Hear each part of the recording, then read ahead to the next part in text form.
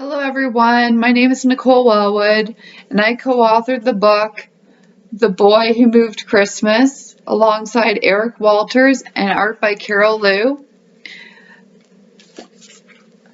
This book is dedicated to the memory of Evan and the ongoing lives of his brothers, Logan and Tyson. It's October, but 7-year-old Evan's town, every house is decorated for Christmas, and a giant holiday parade is about to begin. The bump in Evan's head means he might not make it to December.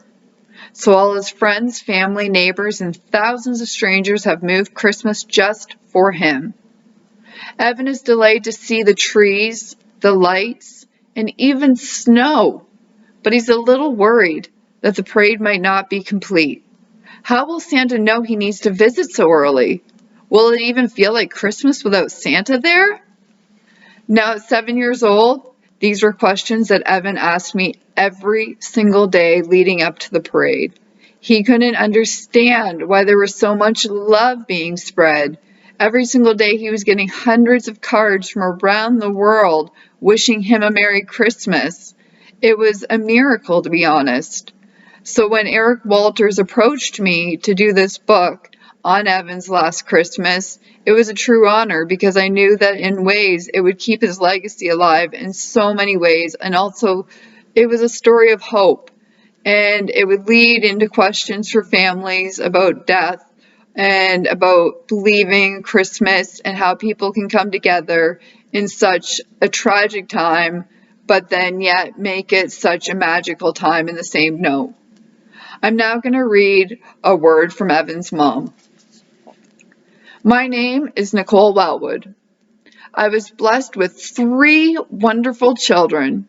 Logan, born on September 17th, 2006, Evan on September 14th, 2008, and Tyson came into the world on April 29th, 2010.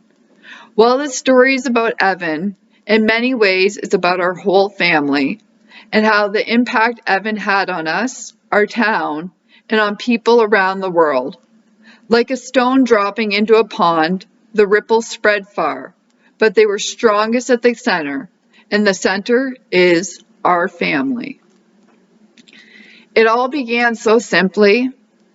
I noticed that Evan had a lazy eye which ran in our family. Doctors weren't concerned until they ran a CT and saw a brain tumor in the worst possible location. We went through denial, upset, anguish, and then did what needed to be done. Treatment began October 2010. Every Wednesday for 72 weeks, Evan received chemotherapy. The hospital became part of his life, but he would dance, laugh, and say hello to everybody when he was there for treatment or blood work. Nurses, doctors, other patients, and the cleaning staff saw not only how brave he was, but also how happy. Staff described him as a ray of sunshine. Evan once said to his Aunt Ashley, "I stop myself from crying because when I smile, everybody else smiles." Chemo was just a part of Evan's routine, in some ways, but it also became a part of who he was. Evan was a fighter, not a complainer. He always seemed brave and optimistic, and the rest of us drew strength from his positive attitude. All through junior and senior kindergarten, Evan received regular scans. The tumor, which we called the bump in his head, wasn't growing, and it was stable. In September 2014, Evan entered grade 1. I think he was proud to be a big kid like his older brother. I was proud of him, but everything changed that year. Evan was having issues moving. There was weakness in his legs and his arms. Over the Christmas holidays, I noticed more changes that concerned me. I contacted his doctor, and another scan was done. It revealed what we had all feared. The tumor had grown. Evan soon began an intense round of chemotherapy and radiation, 5 days a week for 6 weeks. This meant long stays in the hospital. Throughout this time, I read to Evan. We would go to the hospital gift shop and search for new books by his favorite author, Robert Munsch. They always made him smile. While receiving radiation, I would read him Love You Forever. It was his most favorite book, and it continues to mean so much to me. Later that year, Evan was so happy to start grade 2. I was scared for him, but happy too. Caught up in his excitement, watching him run and play and spend time with his friend Miles. 3 weeks into the school year, he woke up with weakness in his legs. He fell walking down the hall and then again in the kitchen. An emergency scan the next day showed that the tumor had not only grown, but had branched out. The doctors told us that there was no further treatment possible. My son, my Evan, was going to die.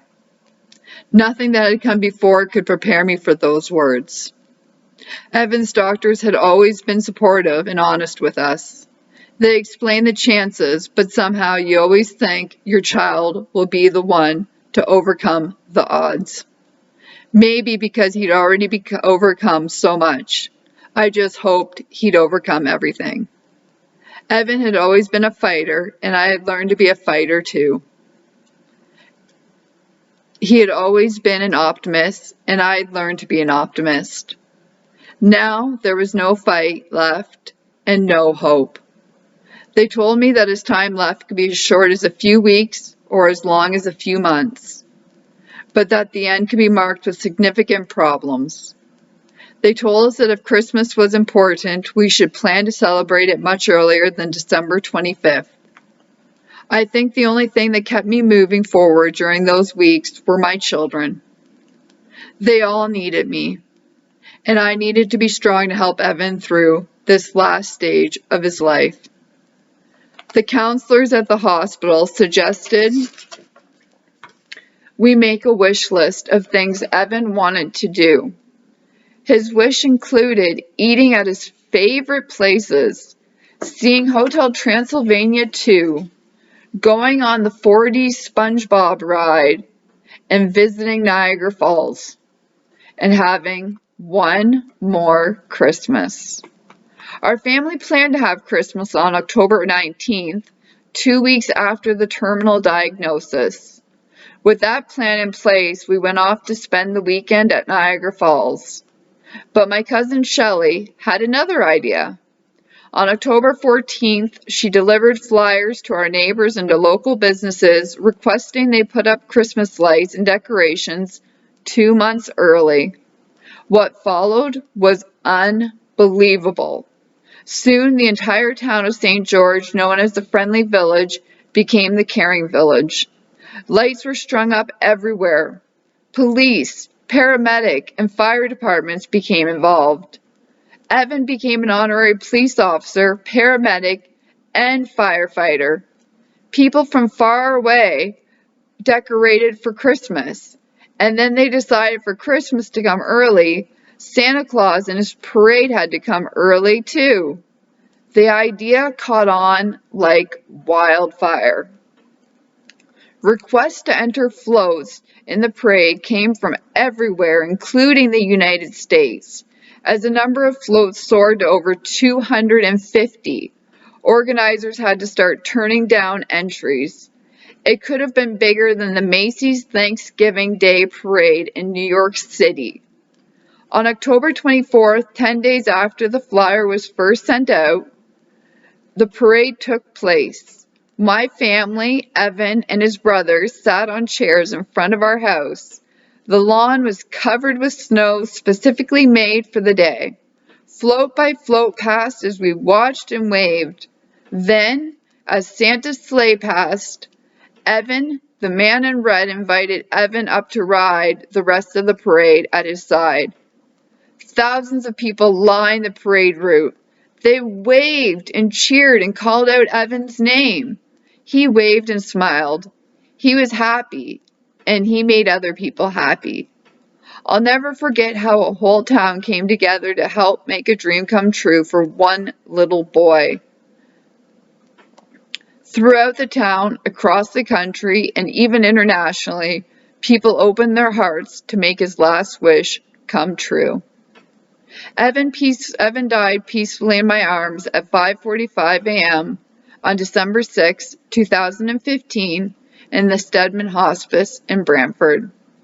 There was a beautiful smile on his face, despite the fact that for weeks prior, he had no ability to move his face.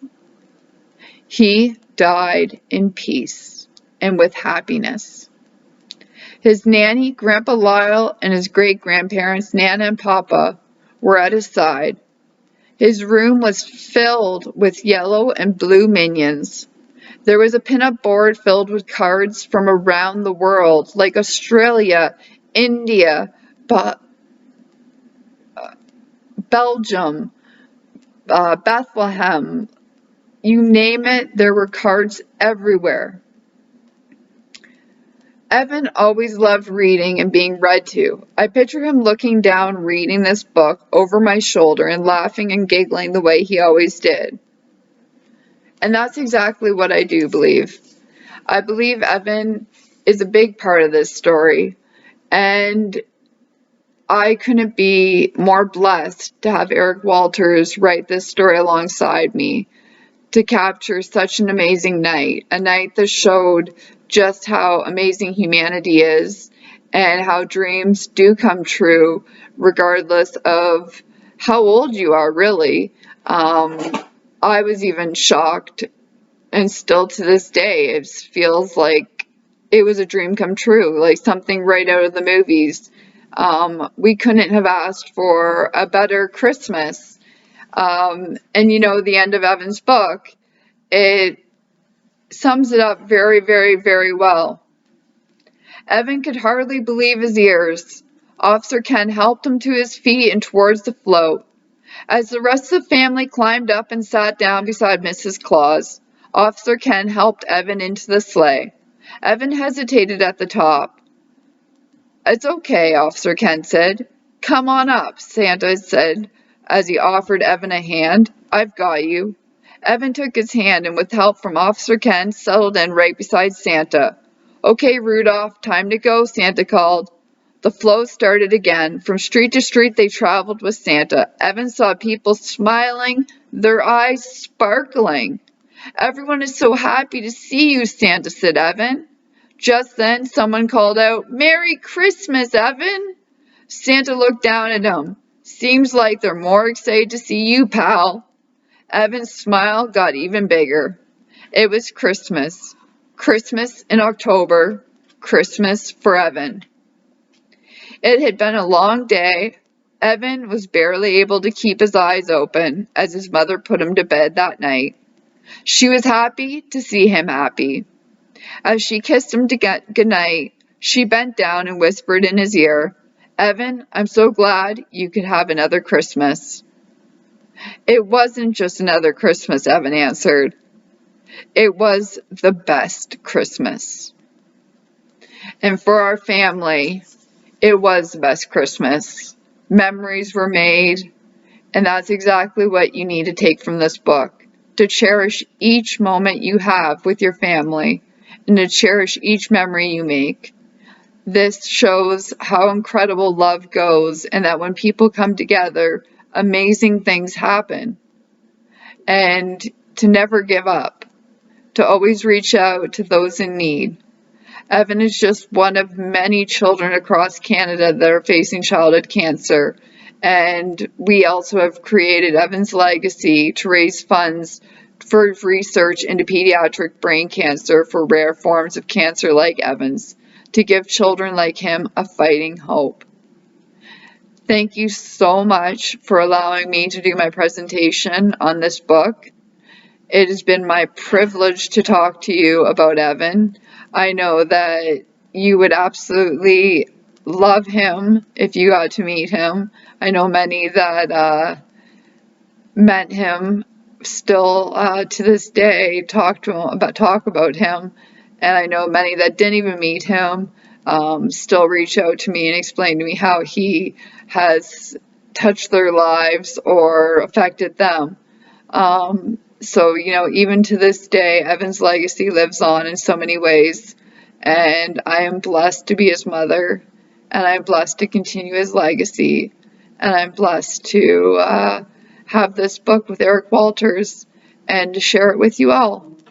Thank you so much.